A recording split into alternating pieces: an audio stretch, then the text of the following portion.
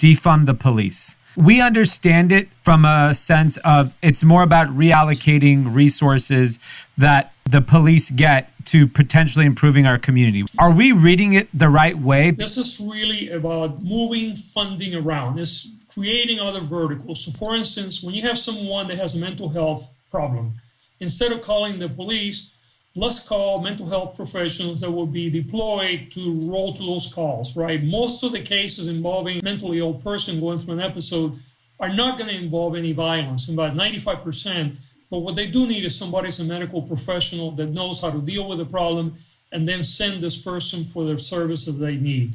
You have a lot of things around homelessness and all that. What you really need is a social worker. You don't need somebody with a badge and a gun. You have a lot of things that have to do, for instance, with traffic and traffic enforcement. You don't necessarily have to have a badge and a gun.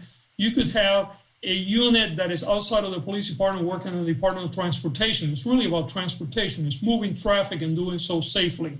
You can take that funding and you can move it away to public health. You can move money away to education or dealing with social services. You can move money away to transportation departments. So what you do is you start shrinking the size and the role of policing, which is so polarizing. So you start funding all those nonprofits that do this work extremely well.